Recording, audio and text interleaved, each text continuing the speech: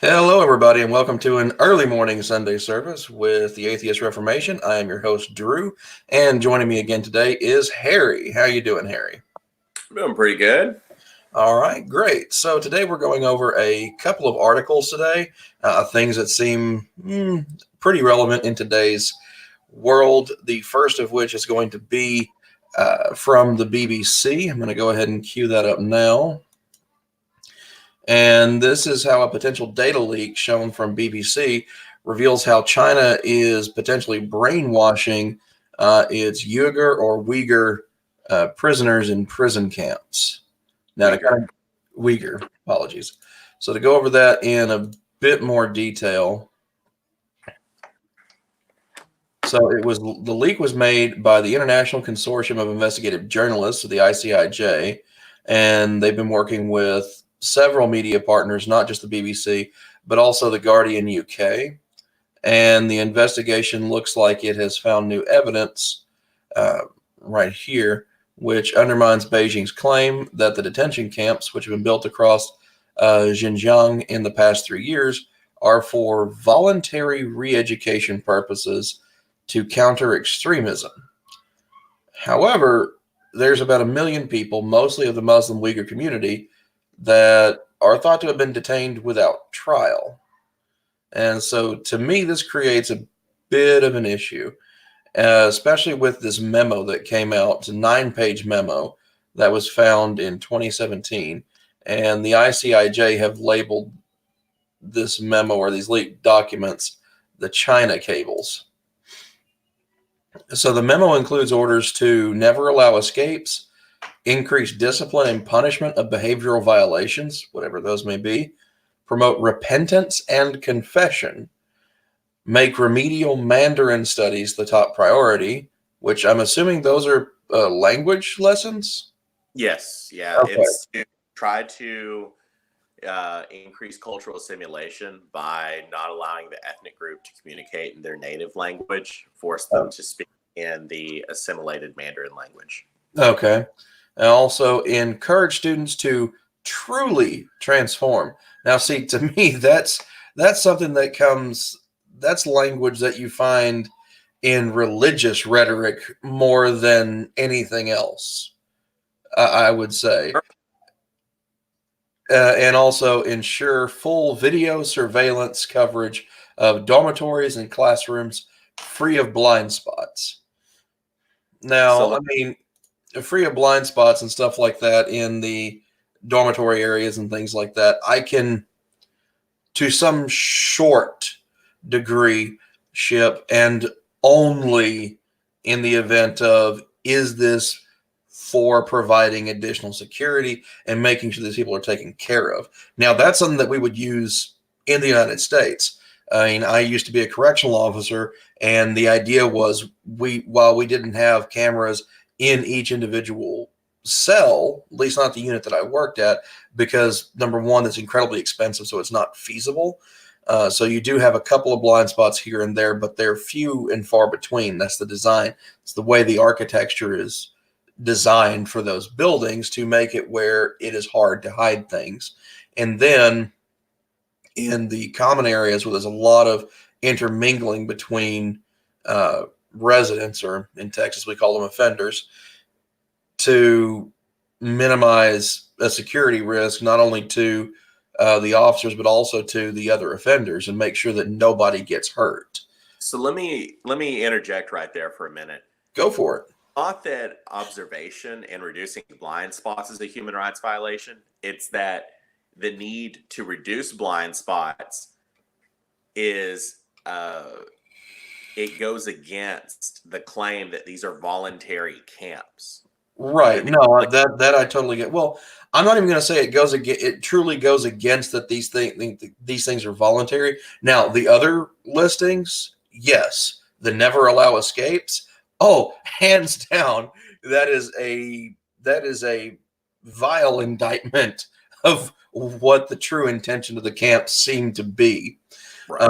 But the reduction of blind spots, I mean, we have instances of that even in, modern society. Like, you look at any sporting event, or any youth camp that has decent funding, I mean, most of them seek to reduce the number of blind spots that they have with their security cameras to make sure that the facility is safe and to make sure that its clients or tenants are safe. So that I can kind of understand. However, for me, it's what is the intention behind it? Are they just trying to catch someone doing something wrong, or is it honestly for additional security to protect people? If it's not being done with the intention to protect people, then there may be something far more sinister going on, which the earlier points obviously seem to indicate, such as promoting repentance and confession and encouraging students to truly transform. These are things that we see out of religious organizations more than anything else when they're trying to encourage people to convert to their way of life, to their belief structure. So, as I said before, those are things that you associate with religions when you're looking at America. Yes, when you're looking at America, well, and when you're looking at most European countries, when you see, or at least the ones that have that we consider Western, right, Western religions and things like that. Yes, that is from a very Western point of view. So I will admit that bias right now. I'm a lily white dude born in Texas and raised here pretty much my entire life. So yeah.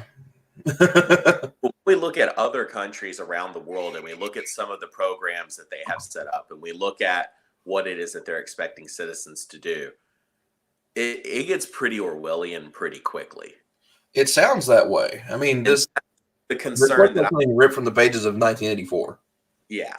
And that's really the concern that I have is that, and that's one of the reasons I wanted to talk about this is that, I think it's really unfair that in the West, we kind of frame this debate about authoritarianism and brainwashing in a atheist versus religious dynamic. And when we look at the global picture, these are not necessarily traits that are fair to blame on religious groups and religious organizations. These are things that are they're endemic to humans who strive for power. Now, whatever tool those people are using, it can vary. And in the West, religion seems to be one of the more popular tools because of it essentially catering to there's no really good way to say this, but it seems that religion as a tool of control, especially when you get into regions in the South and other parts of the country where they out and out completely flout and ignore basic science education and things of that nature, it seems as though they're intentionally trying to preach or teach to a lower common denominator. And in a degree, there is some truth to that, which is that there's the universality to religious doctrine. Yeah. That in a positive way, it is something that you can get relatively middle of the road intellectual ideas or even some degree higher ideas simplified into a way that you can have people who have a very small understanding to be able to comprehend enough to keep society going. There's a Bible. They were ready for milk, you give them milk. When they're ready for meat, you give you meat. Right, but the problem that I see the most, especially nowadays, is at this point it's become willful ignorance for a lot of people. I mean, yes, it is a way. Religion has been historically, you go back far enough, a method of education, a method of helping people learn more about the world around them. But nowadays it's gotten to the point where, especially in your fundamentalist groups, it's operating completely counter to that initial first step that it was doing. I mean, you look at individuals, even some of the more highly educated individuals. For instance, a guy named Frank Turek Most people should be familiar with him. He wrote a book. He's debated several different people, mostly on radio shows. Um, Most notably, he debated Christopher Hitchens shortly before Hitchens died, talking about his book, I Don't Have Enough Faith to Be an Atheist, which initially is a complete either misunderstanding or deliberate misinterpretation of what definition of faith is being used when describing religion. It's also based on an old joke. There's a really well-known, at least within the evangelical community, there's a well-known comedian named Mark Lowry. Mm-hmm. Oh, look, did my first shout out. And if you grow up in the the church community, he tells a lot of jokes that are pretty funny, and they're not offensive. So it's like a stand-up comedian that you could play at church and everyone would be okay with it. No one really get offended. And so I'm in no means saying that if you go and you check out his videos, you're going to be like, oh man, this guy's the funniest thing ever. He's better than. Well, no, because he caters to a particular audience. I mean, but there again, not everybody finds every comedian funny. But that's what that title's from, is that old joke. Okay, and see, I kind of figured that's what it was from, but I didn't want to be presumptive about that one. But even looking at that, he even goes on to say in non-joking manners, I don't have enough faith to be an atheist, and then tries to assert that atheism is in fact a faith position when it's the furthest thing from it. It is quite literally the absence of faith. Well, at least when it comes to belief in the God claim, and whether or not you're claiming to know or not know that there is no God. And really it boils down to, what are you doing? How are you following things? Because faith in the religious connotation is quite simply belief without evidence, and in some cases in spite of evidence. But so I think that doesn't apply to atheism, because we don't believe, especially someone like me who is openly asking, okay, you assert that a deity exists. What's your evidence of that? If you can't provide it, then I'm not going to believe it. So how in any way is that a faith position? Now, when we're looking, and again, a lot of this boils down to when we're looking at it specifically in America and specifically in the West. Yes, of course. When we open it up and we look into the East, or even historically in other civilizations prior, a stance that has been maybe either agnostic or explicitly atheist in a few cases has been a foundation for faith in the authoritarian regime. So we can look to North Korea, we can look to Chairman Mao era China, where the leader was treated as God. There are warlords. Well, that's because the leaders described themselves as God, not because they were deified by the population. It was demanded of the population by those in power. So that's not an issue with atheism. That's an issue with authoritarianism and dictatorial leadership. Right. But that goes back to a lot of the evangelical community's fear of atheism is. Not only is it, against the principles of our faith, but it's also, when we see other groups doing it, our instinctive fear is about those authoritarian regimes that have been in the past, and we see our faith as a safeguard against that. Now, except that the faith has never been a safeguard against it, given the fact that we have quite a few authoritarian regimes that have come out of religion in and of itself. There has been authoritarian regimes that have come out of different religions, yes. Now, that's kind of my point, is that it's really unfair for religious and irreligious groups to pit themselves against each other, saying that basically the other side are the fascists.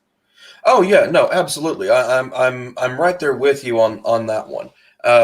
that's something where I think there needs to be some serious discussion between groups, or discussion about certain groups, to kind of try and bring them to the table and say, hey, look, no, this is not how this works. This is not how any of this works. We can point to example after example after example. This is what happens. These things can happen. It has nothing to do with whether or not you're an atheist or a theist, regardless of belief system. Those have nothing to do with whether or not, pardon the term, with whether or not some asshole decides he's going to jump up and run things and tell people, or pull an Henry VIII, screw you, I'm the Pope now.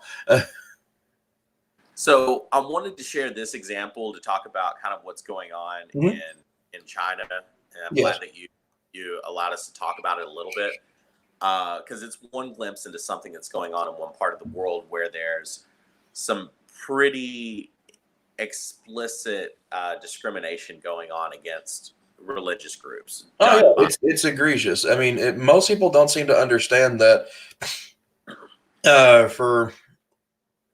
For what I've been able to find, the United States is actually the only country with a truly enumerated, protected right to freedom of speech and freedom of practice of religion, whether you be religious or a-religious. Right. And that's what I think is something that we need to, I think that together we can try to fight for that. I think that's something that's important for more people to have than just us. Now, I agree. You over last night is about the situation going on in India right now. Okay. Well, let's finish this article up real quick, and okay. I'll have that other one queued up here momentarily. Okay. So some more frightening things. Most people should be able to have seen this on the screen. It's been sitting there long enough.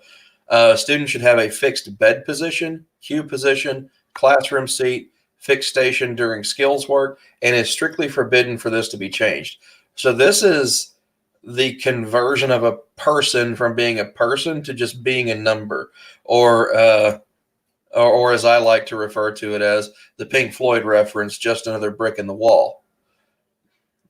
And then we see that furthermore with implement behavioral norms and discipline requirements for getting up, roll call, washing, going to the toilet, organizing and housekeeping, eating, studying, sleeping, closing the door, and so forth.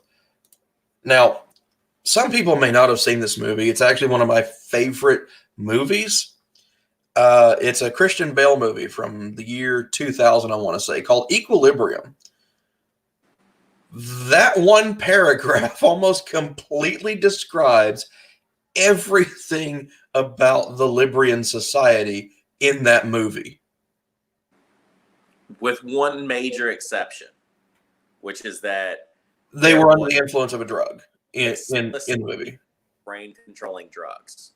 Yes, they were under the influence of mind-altering drugs. But at this point, with as much behavioral control as China is engaging in, I'm not going to rule out the possibility that they may attempt to do something like that in the future. I could see it. I mean, now, would they be able to? The science doesn't quite bear that out.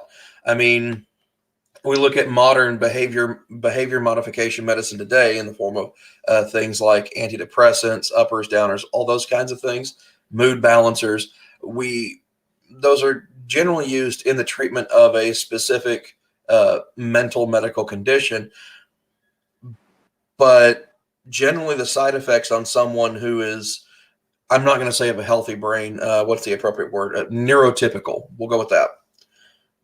Someone with a neurotypical brain doesn't tend to react very well to things like that. So I'm seeing if they try to do that, if they try to do human trials on a drug like that, that there's potentially going to be some very bad things happen. And I really hope they don't do it. Can I stretch that theory out just a little bit to something? Sure. Before I say this, I'm going to say I am not saying that this is what I think is currently going on anywhere. No, not at all. What could happen? you don't have to control people's minds with drugs if you get them addicted to drugs in other ways. So if you got them addicted to, say, overprescription of painkillers so that they were required to get it, if you got them addicted to a consumption lifestyle full of waste so that they were eating foods that gave them more calories than nutrition, and then they required heart medicine or diabetes medicine. You're talking about the Huxley model of control, the utopian control model. Yes. Okay. Yeah. And then you made medical coverage, and you had costs artificially inflated due to government grants and government regulations. Then it might require people, in order to go along with things in society, in order to keep getting their universal health care coverage because they don't feel they could take care of it themselves. Okay. So you have voluntary submission to these rules instead of direct mind control, because you were able to control them with other levels of either addiction or medical requirements. Right. Yeah, I see what you're saying. And with things like that, because medical coverage or medical care is essentially an absolute necessity within today's world, or just in general to the human condition. If you don't want to, die early, you, at that point, if a regime had absolutely no scruples, they could essentially input regulations within that system to say, hey, you can't do this, you can't do that. If you want to be covered, if you want us to pay for this, then you have to do this, and this, and not do these things. And it's technically all voluntary, especially if you had, let's say, a perfect high calorie, no nutrition additive that you can put in food, like high fructose corn syrup per se, that the government might be able to pay farmers to grow and use instead of other sweeteners, something along those lines. Mm-hmm. Then you could have I mean, I could see where that could come from. Now it's currently happening. No, not at all. Although I'm saying, like, in the current model, at least the way I see high fructose corn syrup being used, in most instances, it's being used as a cost saving measure, so as to not use sugar, because sugar is more expensive than HFCS. That's and really you can also weird. use less HFCS than sugar to sweeten something. And it's really weird, because a lot of third world countries and non-industrialized nations that are very poor have no problems affording sugar. Most of them grow it, for the most part, I think. Yeah, we export it, but also with other countries, there are less regulations for how it's done. I mean, you go through and you look through this nation's history. This is one thing that I actually subscribe to, for the plain simple fact of, we have evidence to back this up, and that is the whole fear of fat being a bad thing in your diet. That when you go through and you look at most of the studies that were done talking about butter and things of that nature. Now, of course, there is such a thing as too much of a good thing. If you eat a whole bunch of salted sweet cream butter, yeah, you're probably going to have some cholesterol problems at some point in your life if you don't take other measures to mitigate that. Or if you don't exercise the use of such an ingredient in moderation. I mean, people talk about, oh, please remember to drink responsibly and drink with moderation.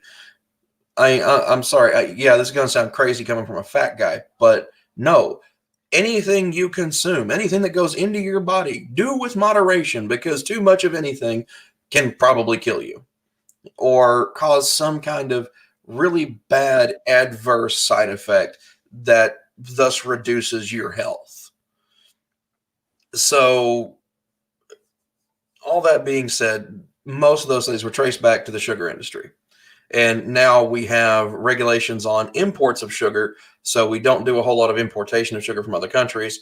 And we have sugar in virtually everything that we consume. So, how much of the import of sugar was due to health regulations, and how much of it was because of an issue we had with Cuba? How much of it was a political issue? Mm, I mean, there were other methods of us getting sugar from other areas. So, I mean, like, yes, you could ban importation of products from Cuba. I mean, we did that in the '60s. Yeah. But there are plenty of other places for us to import sugar from. Like Jamaica grows sugar. I mean, it might be right next to a weed field, but they But still grow sugar. I mean, we Um, have Hawaii. It's not like we have an absence of sugar. It's just that no, we do have I'm saying other. we have a much lower importation of sugar than several other countries, and I do think we also export a lot of sugar as well because we tend to favor the high fructose corn syrup, at least in the industrial manufacture of food products, because it's lower cost, because you can use less of it um, to gain the same level of sweetness as compared to sugar. I mean, so there are some manufacturing benefits to it. HFCS also keeps longer than sugar, although sugar in and of itself is a preservative to an extent. I just think it's hilarious whenever you think about how we use high fructose corn syrup because it saves money and it's cheaper, but then you look at the economies of Mexico and the economies of America, and America is doing better in terms of economy. Like things that are more expensive in Mexico should be cheaper to us. But then as a Texan, because that's where I live, Mhm. everyone knows that if you're going to drink a Coca-Cola, you get the Mexican glass bottle Coke if you can because it tastes the best because they use the real sugar. And you're Right, they thinking, use cane sugar. why aren't they using the high fructose corn syrup if they're not as rich as us? Like, why is it that their factory produces at a higher rate without the use of it? Like, that doesn't make any sense that we would use high fructose corn syrup here, but then the poorer country would create the better quality soda and then export it to us. Well, look at it this way. So there are less manufacturing regulations within the country of Mexico, but I'm willing to bet that there are special production lines that are just for exportation of this product. Then Right. also take into account the fact that I don't really think from an environmental perspective that Mexico, I mean, they probably have the climate for it, but I'm not sure they have enough good arable land within the country to grow a lot of corn if they're going to make high fructose corn syrup, because the corn they do grow they use in their other food products. Whereas one of the reasons why high fructose corn syrup is so inexpensive in the United States would be because we have a lot more arable land that we can grow corn on compared to Mexico. So we grow a whole bunch of it, we cut it all down, and it's specifically for producing high fructose corn syrup. And so when you look at it from that perspective, it's just a matter of a difference in geography and overall land mass. So it enables us to do things a little bit differently. And we don't have Yeah. Now, areas that are good for growing sugar, not without doing some pretty serious terraforming. well, outside of very specific countries that are going through droughts and famines, I don't think anyone has a shortage of grains. Anyone with a sustainable, and that's the thing is that almost no one has it to where, oh, we just don't have enough corn. I mean, Right. No, corn no, I'm is not saying they don't have enough corn. I'm saying they don't produce in the numbers large enough with which to render high fructose corn syrup from that. At so, least not in the massive quantities that we do, because we export a ton of it.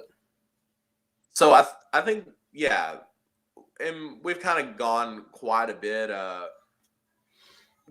around the what we started off with, which is Oh yeah. the re-education camps going on in rabbit China. trails are part and parcel on this channel. You should know that. If you've seen any other video, rabbit trails are part and parcel of this show. Yeah. It's not necessarily rambling. It's more of we see a point, we pounce on it, and we talk about it for a few minutes. And then we try to bring it back around. Now, there's no way for me to bring this back around to China. But, we have some pretty serious quotes coming from certain people, such as Sophie Richardson. She's the China director at the Human Rights Watch. That these leaked memos should be used by prosecutors, saying that this is an actionable piece of evidence documenting gross human rights violations. Saying she thinks it's fair to describe everyone being detained as being subject to at least psychological torture, because they literally don't know how long they're going to be there.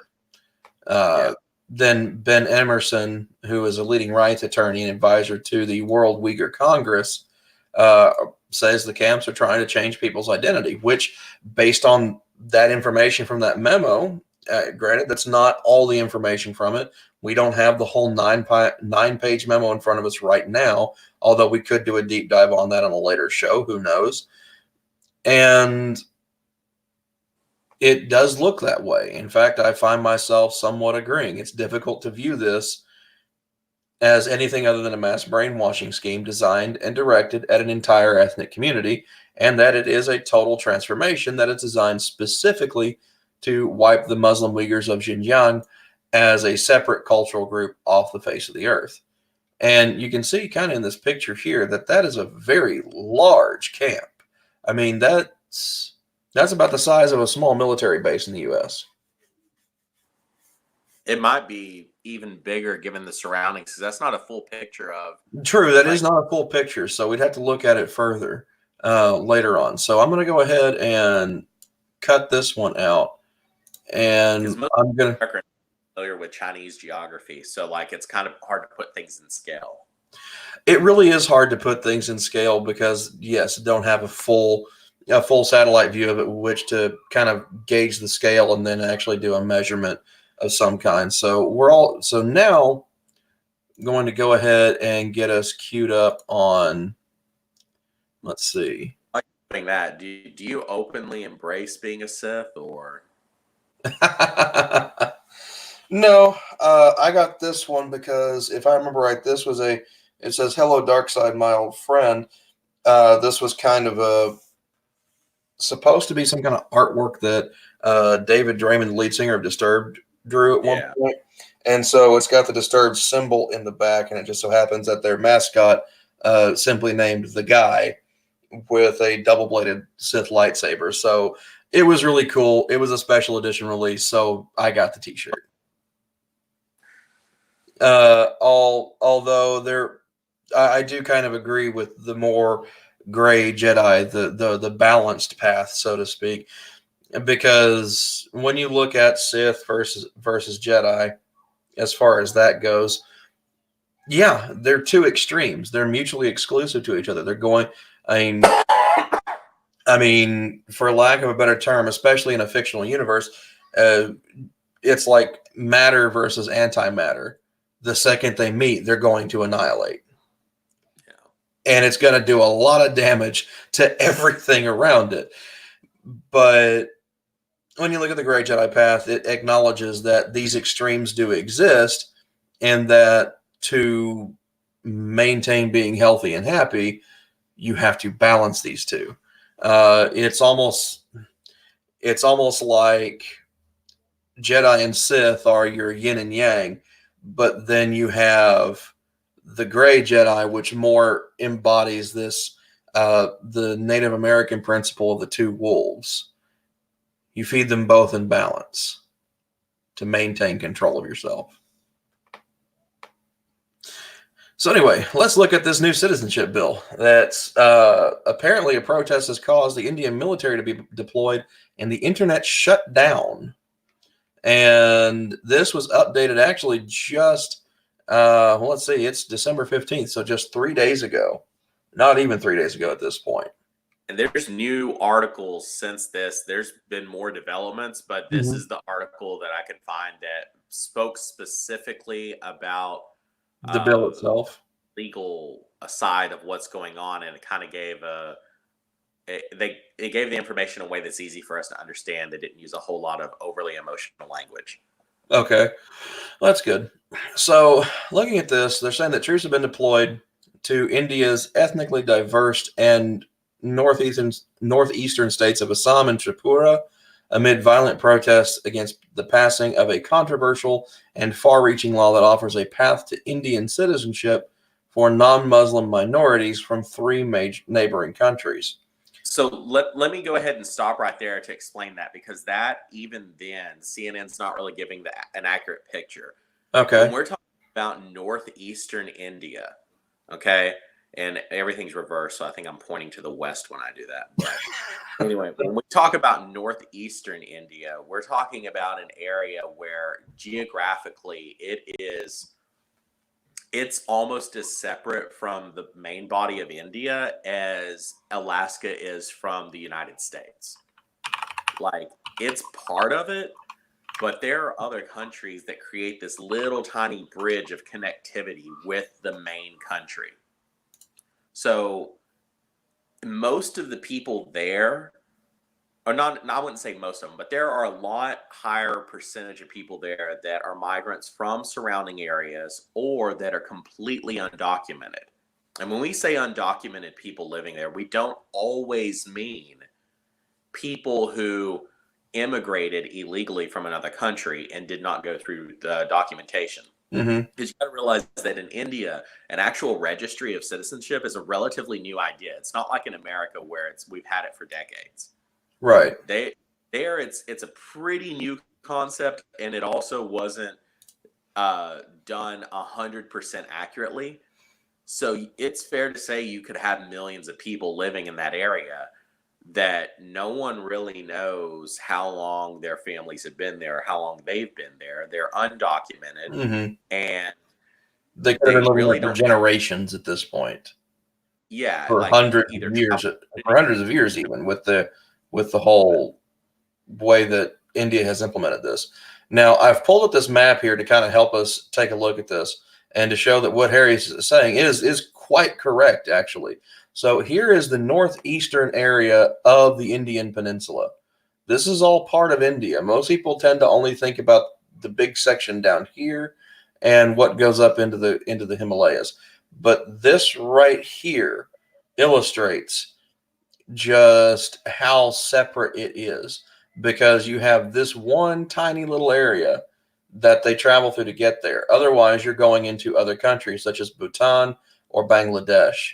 And so some of these neighboring countries in this area, such as China, Bhutan, Myanmar, and Bangladesh, as well as Nepal, technically even, this is going to be a very ethnically diverse area because of all these neighboring bordering countries, as well as it being quite separate from mainland India for the most part, because that's a pretty narrow passageway there, looking at it from a geographic perspective, even though most of this looks like it's mostly flatlands and plateaus.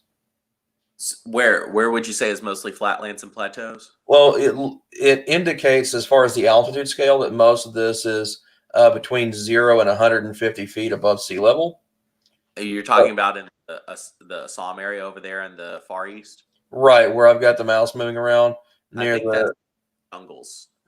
Okay, so jungles, yeah. So they very well could be very, very tough to traverse because of vegetative growth.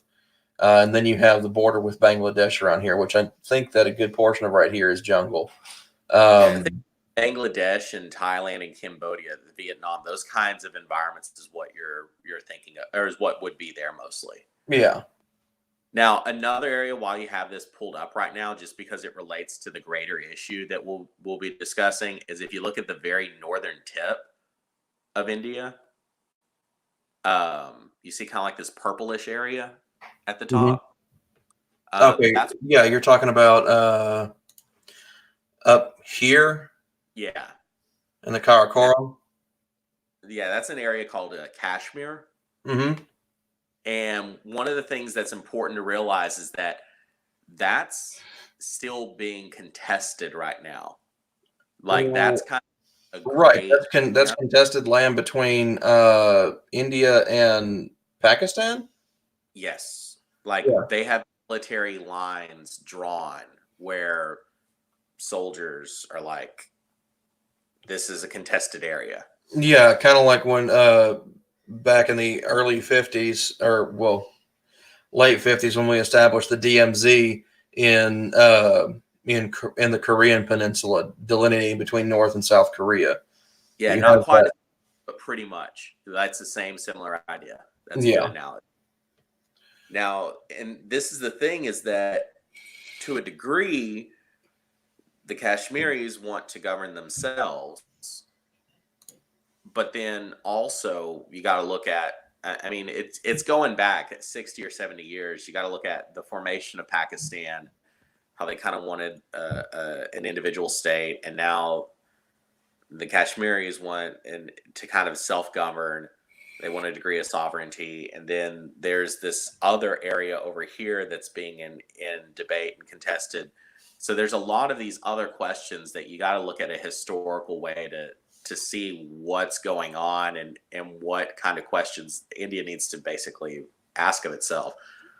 Right. But there's another side of the coin, which is, what are the tactics that they're going to use to address these issues? And right now, the focus has been, the reason I brought up Kashmir is because one of the tactics they used in Kashmir, when I say they, I mean the executive, the federal government, military, and that they are currently using in the Far East, has been internet blackouts. Right. Yeah, that's what that article seems to be indicating. Like for here, okay, this seems like they're trying to be emotionally elicitive. Talking about security personnel using batons to disperse students protesting against the Citizenship Amendment Bill in Guwahati. That's a few days ago. I mean, yes, if police have to break up a protest, it's not going to be pretty. It's never going to be pretty.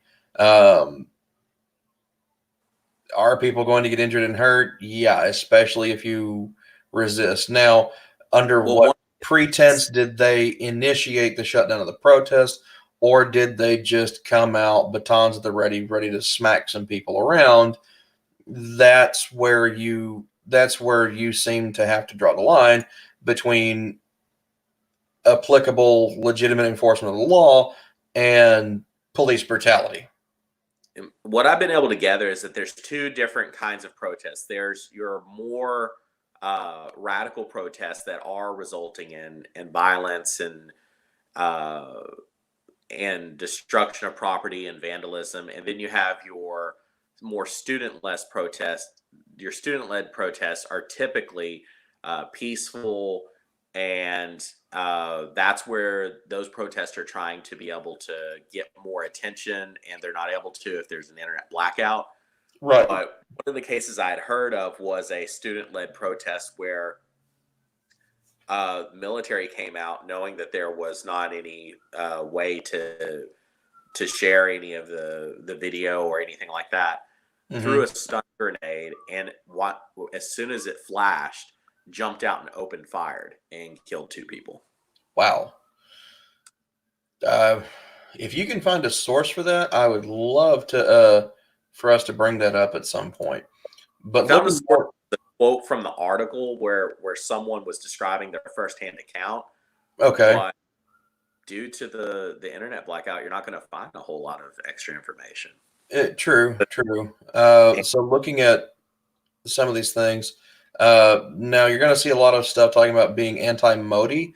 For people who don't know this, that is the name of India's prime minister. That's Prime Minister Narendra Modi.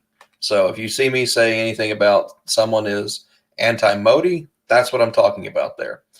So this is talking about how in Assam and Tripura, some angry protesters were marching through major cities Wednesday night and Thursday, apparently holding flaming torches and setting alight car tires and piles of cardboard. So India's northeast is home to more than 200 indigenous minority groups. Both Assam and Tripura share a border with Bangladesh, and some see the arrival of foreigners as a cultural threat, regardless of religion. For others, anti-immigrant sentiment remains closely tied to religious divisions. Images from the protest crowd show crowds chanting slogans and holding signs that read, "We are Assamese and proud," and "Tripura is not the dumping ground of illegal immigrants." Now, before I go any further, I'm not saying that CNN is trying to do this. I'm not saying they're trying to be curative journalists or anything like that. But it almost seems as though they're trying to deliberately draw a parallel between this protest and what's going on there and what they've labeled as the anti-immigration movement here in the United States. It seems as though they're trying to draw a parallel here. They probably are trying to draw a parallel, and that's one of the reasons. I read an Al Jazeera article that did share a lot of good information. Okay. But it's been more explicit that they were trying to draw a parallel, and it was kind of an unfounded one. So basically, what this kind of boils down to is you can see some of the issues that the people are talking about and some of their concerns. How did the government address it? Well, a bill was introduced called a Citizenship Amendment Bill. And what it did was it basically said that if you were here before, I think it was December of 2014, if you were in India, you could get a path to citizenship, very similar to like the whole Dreamers thing in America. So Okay. there are parallels to be drawn there. Well, what they have done is in that amendment bill, they've said, if you're from these countries and you were here before then, if you are of these religions, if you are Christian, Hindu, Farsi, a few other religions, and basically they have listed every single religion except Muslim or except Islam. Right. And they said, basically, if you're anything that is not Islam, you can stay here and get a path to citizenship. The contrapositive of what that's saying is that we don't care how long you've been here. If you're not currently documented, and I went back and I talked about what the documentation says for this reason. If you're not documented, then and you are Muslim, then you're going to be deported, or you could be. You're not going to be protected. Right. I'm seeing in here another article from CNN, a couple of quotes from different people. This is something in 2018. India's Home Minister Amit Shah said Muslim immigrants and asylum seekers from Bangladesh, they were referred to as termites, and promised to rid the nation of them. Shah said in a tweet that the bill will allow India to open its doors to minorities from Pakistan, Bangladesh, and Afghanistan who are facing religious persecution, saying it is well known that those minorities who chose to make Pakistan, Bangladesh, and Afghanistan their home had to constantly live in fear of extinction. This amended legislation by Modi government will allow India to extend them dignity and an opportunity to rebuild their lives. Also tweeted that the bill is in line with India's centuries-old ethos of assimilation and belief in humanitarian values. However, some critics claim that the citizenship law aims to protect religious minorities rings hollow because it excludes Muslim minorities who face persecution in neighboring countries, including the Ahmadiyya from Pakistan, Rohingya from Myanmar, and the Tamil from Sri Lanka, saying the bill uses the language of refuge and sanctuary, but discriminates on religious grounds in violation of international law. That is from Meenakshi Ganguly, the South Asia director at Human Rights Watch. So let me go over this real quick, and we're going to do 1,000 years of religious history and war in a nutshell. About 600 years ago, would you say it was fair that there were lots of groups of Christians killing Christians in Europe? Yeah. Okay. Several major wars that had a lot. We talked a little bit about them. Some massive wars. I mean, gosh, the 100 Years' War was in some part over religious differences. And then you had the whole issues.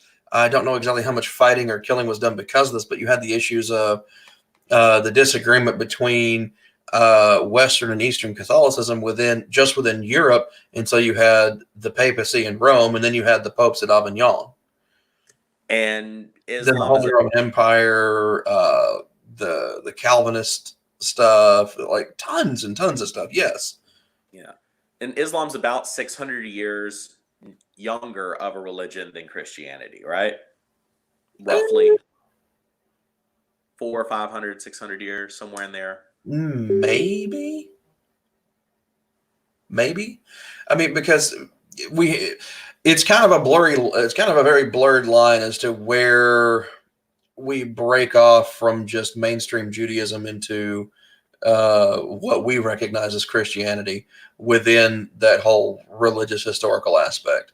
So I'd say probably based on where some historians put it, it could be a couple of 100 years older than Islam. It could be upwards of 1,000 years older than Islam. 1,000 years. That's kind of a stretch. There are some that are pushing upper bounds. I think that's mostly some religious scholars, but yeah. I don't know. I'm just saying that that's about the range that I have seen personally being promoted by different scholarly organizations. So do I agree with them? Not necessarily. I'm just saying that there is a range there that, could be, it's definitely older, but it could be less old than we think, or it could be more old than we think. So we'll just go with it is older. So I'm one of those people that think that if we look at history, we can't always. What is it? The quote? I can't remember who it is. George A. Santayana. Those who do not learn from history are condemned to repeat it. No, it's history doesn't repeat itself, but it rhymes. Oh, gosh. Yeah. I knew that, but I'm going to Google itself.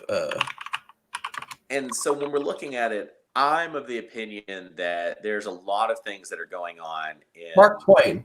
It doesn't repeat itself, but it often rhymes. Yeah. I think there's no actual evidence that he uttered that aphorism. Right. But it is a really good line. It works quite well, and it's quite an apt aphorism. So I think in order to kind of understand some of the conflicts that are going on around the world, it's a good idea to kind of sit back and look at things in a perspective of, well, is this anything similar to what we've seen before? And I think that there's a lot of people who are not familiar with Islam want to group all Muslims and all sects together. Yeah. What they often ignore is that in many countries, even where there is a Muslim majority, there still can be persecution of other Islamic communities, Muslim groups within it. And that's one of the things that we're not really seeing the language acknowledging that coming from. Well, it's like what they were saying, the Ahmadiyas in Pakistan. They're an offshoot Islamic group within Pakistan, and Pakistan's, for lack of a better term, ruling Islamic class there has been persecuting against them greatly. I mean, you look at Iran and Iraq.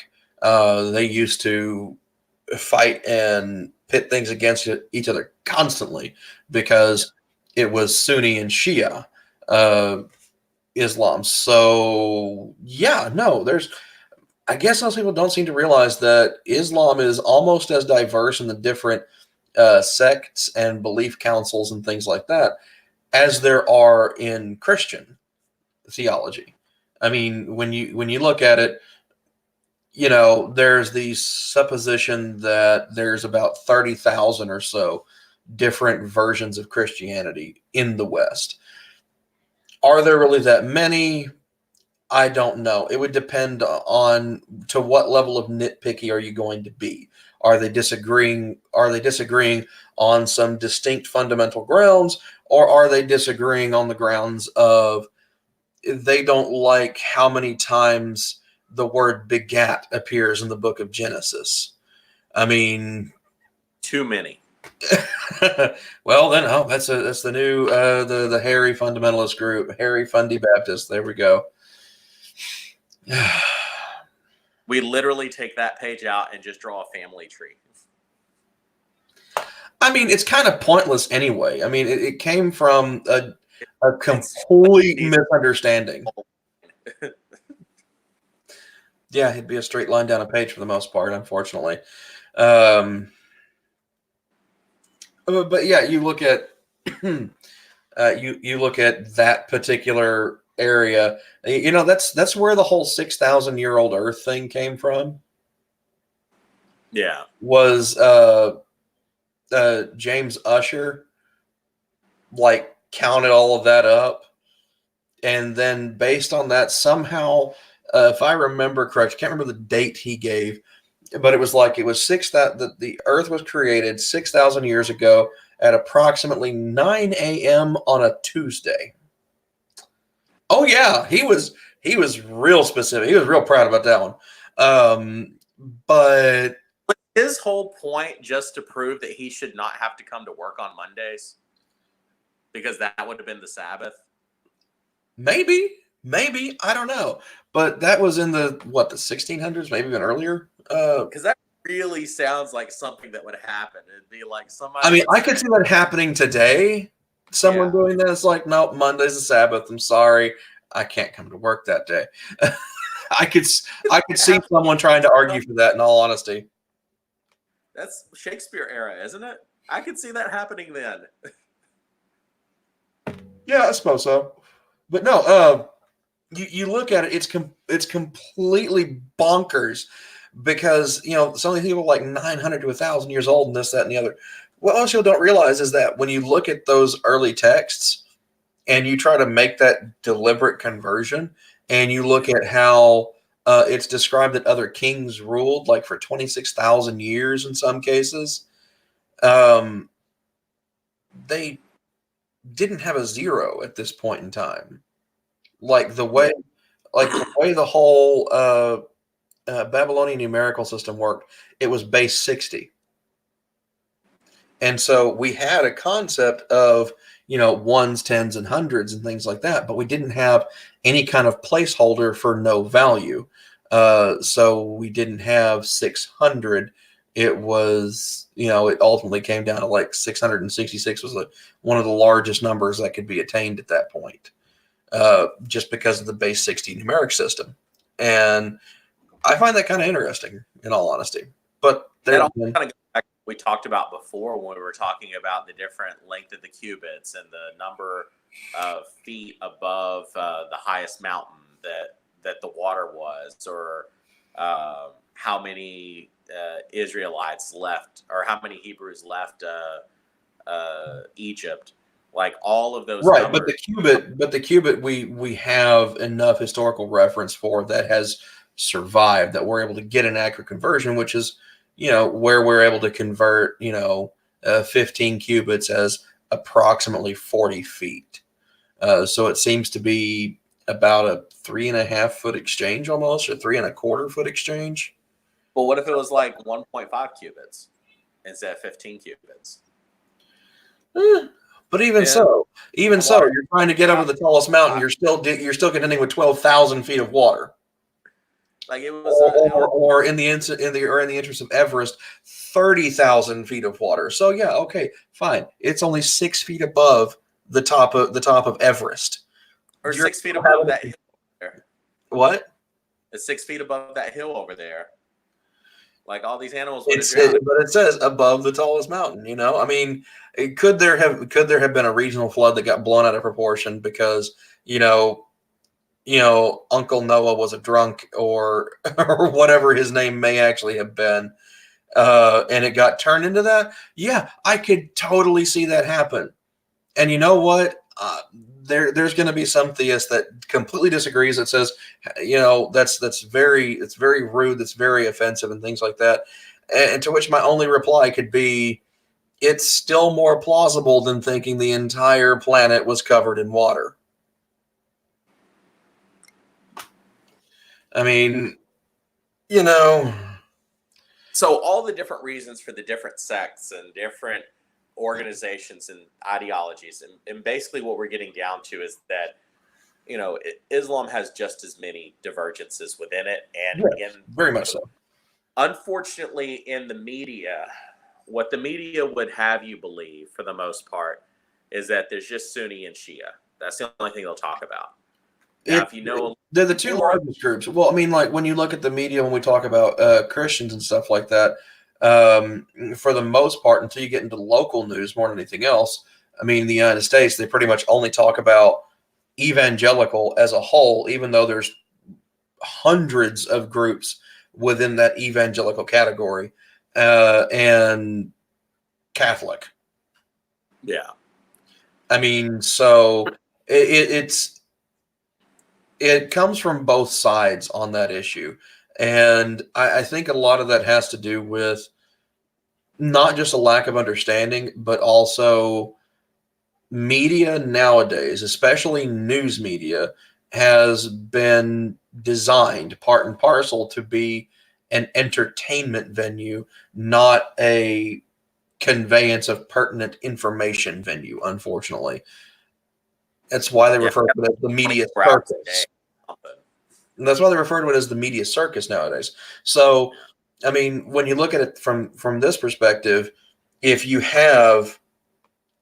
writing a book for entertaining people, it's good to be diverse in the number of characters you have, how dynamic they are, what groups they're a part of. But at the end of the day, in large part, at least in some of the most popular books, it's been an in-group versus an out-group, or vice versa.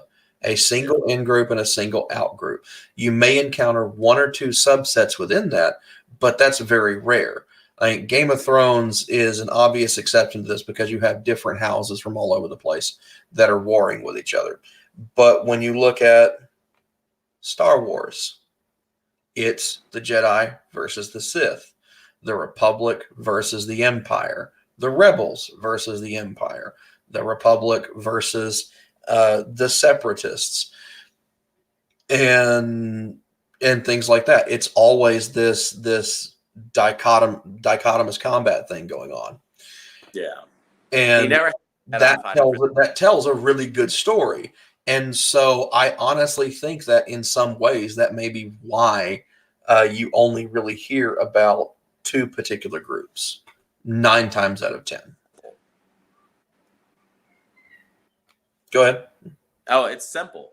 Like it's very simple for people to understand, and so it's you're appealing to the lowest common denominator. Right. It's designed to be consumed entertainment, but it's trying to masquerade itself as providing information to people, and it's one of the reasons why I'll read a news story and all that, but I want to check sourcing whenever I read it, because there's no telling which way they're going to try to spin it, which way they want to sensationalize one point over another, and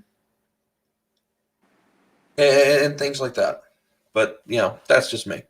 I think I disagree with a lot of things that go on politically from both sides, in all honesty. And so I'm a firm believer in CNN says one thing, or MSNBC says one thing, and Fox News says another thing, and they seem to be counter to each other. What that tells me is that most likely the truth of the matter lies somewhere in the middle, more often than not. Yeah, I usually stick with Reuters or Associated Press, because they pretty much just give the facts to the local news sources, who then sensationalize it however they want. Yeah, AP and Reuters is fantastic for the most part. There's one I don't read Al Jazeera USA. I stopped paying attention to them quite some time ago. I do check them quite often, because I do see that they have a lot of they got a lot of information in there that you may not get from other places. True.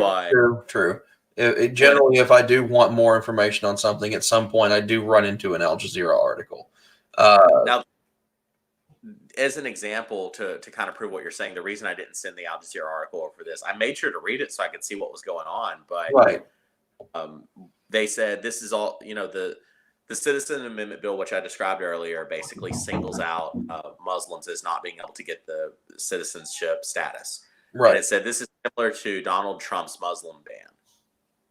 And I was like, wait a minute. Hang on. The Muslim ban was what the media called it.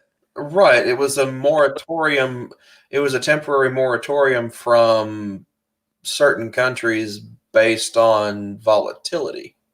Yeah, it was based on security threats or perceived security threats from specific countries that had some security issues themselves going on. Right. And I'm not familiar with that one. Group. It targeted those countries for travel. That's it. Yeah. And correct me if I'm wrong. It's been so long since that went on. Didn't Barack Obama have something similar, or at least have several of the same countries on that list?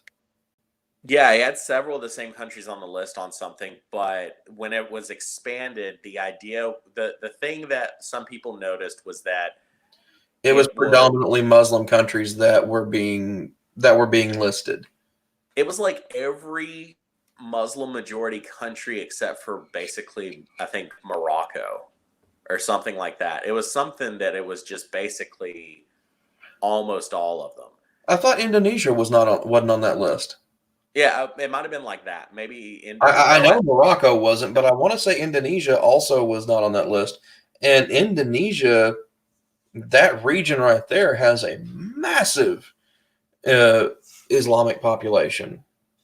There was one where Indonesia recently was on a list, but they also did recently have some attacks there. Right, in Jakarta, I want to say. I mean, that's one of the largest cities there, so I mean, it would stand to reason that that's possibly where it would happen. But yeah. So, anyways, we've talked about CAB. We've talked about the issues with Chinese potentially brainwashing the Uighur Muslim population that have been brought in for re-education, which I don't like that term. Yeah, but anyway, so let's go ahead and bring this back to the final point of this, because I know you have to be getting somewhere here relatively soon, and that is the importance of the free exercise of religion and the important part that a secular state actually plays in preserving that freedom. Yeah. Now, specifically, if you may not see this in the news articles, but if you are following some individuals, I have some friends who are Indian on my Facebook page. I lived there for a little bit. Mm-hmm. A big discussion that a lot of them are talking about is the need to maintain a secular state, and they have strong feelings that the Constitution of India was built on secularism, or a secular state, or the assumption of which, and that there should be no favoritism or partiality shown toward different religious groups. Right.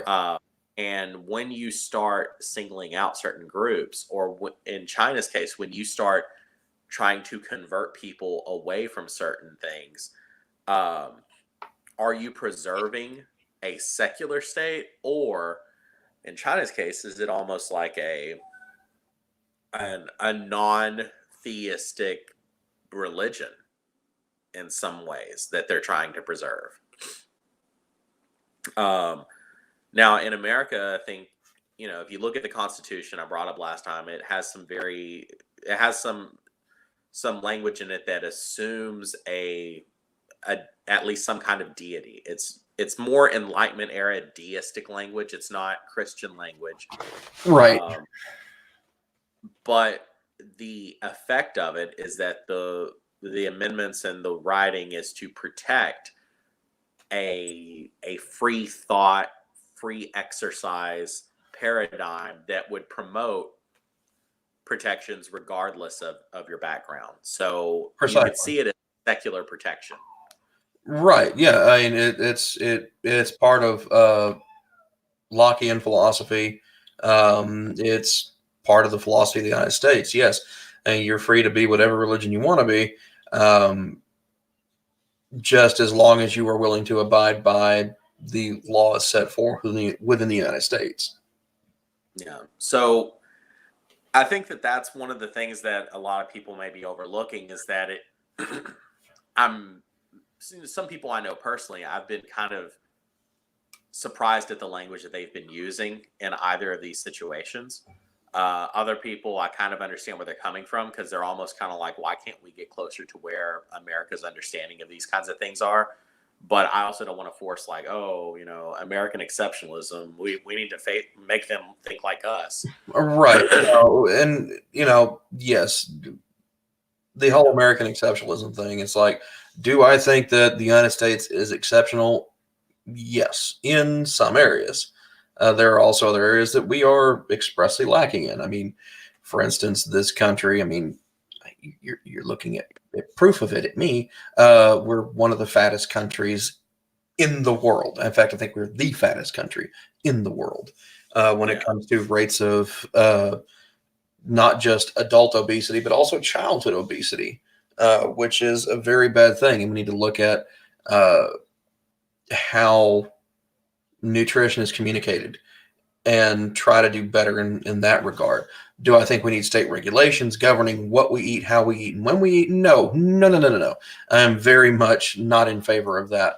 However, I am in favor of good science. I am in favor of good information being communicated to the people overall with which to help us build a better country, to become a better society. Because, even from looking at things from an evolutionary standpoint, it's better for our species as a whole. And I may disagree with the final conclusion, but I agree with all of the actions that you described. Better information, better science, better for our species as a whole, or better for us as Americans or whatever nationality we are from. It's better for our countries to do those things, to have a better understanding so we can make intelligent, informed decisions. Yes. And my reasoning would be more on stewards of creation, that it's important for us to be responsible, thoughtful, scientific, and intelligent stewards of what resources we're given. Yeah, I agree with you on that one. In fact, that's one of the reasons why I think I'll touch on this point very briefly, and then we're going to go ahead and wrap it up. I think we need to look more into alternative energy solutions. And when I say alternative energy solutions, I'm not talking about solar. I'm not talking about wind power. You look at the California windmill situation, and over 80% of the time, I want to say less than a third of them are actually even turning or generating any kind of meaningful amount of electricity. And the amount of petroleum products used in the production of these things is insane. I'm talking about nuclear energy, people. Nuclear power. If you build all of those windmills and you set them up where they would catch the wind that is coming from the jet stream, all that force against the windmills would actually slow down the Earth's rotation, and we would come to a stop and go right into the sun. And that is 100% not true at all. I didn't think so. But hey, it sounds cool at the very least, but no, I don't think there'd be enough stoppage of force from that. There's actually someone out there that thinks that, though. I'm sure there probably is. I mean, there are people that believe the Earth is flat. I mean, and that's been my go-to for a while. Yes, it's low-hanging fruit, but because there are people that believe that, I don't dismiss that there is someone with some conspiracy out there that Donald Trump is like a Cheeto-fied Russian Ivan Drago robot that's like hell-bent on destroying the Western world. I mean, there's someone out there for everything. I mean, gosh, if anybody wants to check this out, please do so. Dig it, Nancy Pelosi. Say what? Was that intentionally a dig at Nancy Pelosi? No, it wasn't. Did she actually say that? No, but Oh, I mean, it's been coming out of the, yeah, yeah. I'm not even talking about that from a political standpoint. I'm saying like I'm trying to think of like some of the most egregious, goofy conspiracy theories. And like when I say robot, I mean like an actual automaton. Like if you were to bash his head in or something, you'd find you'd find a really rusty, broken down version of Commander Data's positronic brain, like an actual physical robotic structure, Asimovian et al. I mean, but I'm sure there's probably someone out there who actually believes that. Where was I going? And we speak with them next week. Right. Well, oh my gosh. I would happily interview conspiracy theorists on this channel just to kind of hear where they're coming from. Like I've actually had someone who I would label as a conspiracy theorist to a certain degree. If you go look at one of my earlier live streams, it was between myself, Michael Lofton, who guest hosted with me, and a gentleman by the name of Ryan Merkel, who was trying to propose what he called this quadrant model of reality. Just go watch that video. It's a hoot. I think I even called it this a couple of times in the show, a bad case of apophenia, looking for patterns where there are none, or looking for a specific pattern where it doesn't exist. But no, anyone who wants to check it out, please go check out the channel Cool Hard Logic. In particular, check out his series called World of Batshit. He looks at some outrageous conspiracy YouTubers. Like there's one dude on there that thinks airplanes are sky demons. Has he ever ridden in one? No. Or would it eat you on the ground and then like use your body as fuel? I don't know. Maybe so. Maybe so. Maybe that's why we have more cases of obesity in the United States. Fat converts to jet fuel when the Sky Demon 747 eats you on the ground as you enter into its belly through the gateway. I mean, I don't know. There's some goofy crap out there. I mean, ugh. But anyway, let's go ahead and wrap this up. I know you got somewhere to be, getting people registered to vote, which is always good for everybody. I don't care whether you're on the left, the right, in the middle, anywhere in between. If you're in the United States and you're over the age of 18, you're a legal citizen in this country, you have the right to vote. Get out there and do it. Make your voice heard. Oh, and there's another state where if you've had past felony convictions and you've served your time and you've gone through probation and you've paid your dues back, then you can now continue voting there again. That recently was signed into law this week. Really? Where at? Kentucky. So now that means that Iowa. Wow, Kentucky leading the way on an important issue when it comes to voters' rights. Wow. All other 48 have already passed that law. Okay, no, that's not something I followed too heavily. Does Texas have that yet? I think we do. It's everyone except Iowa now has it. Everyone except Iowa. So Iowa, it's like, doesn't Iowa only have like one prison in the entire state? Again.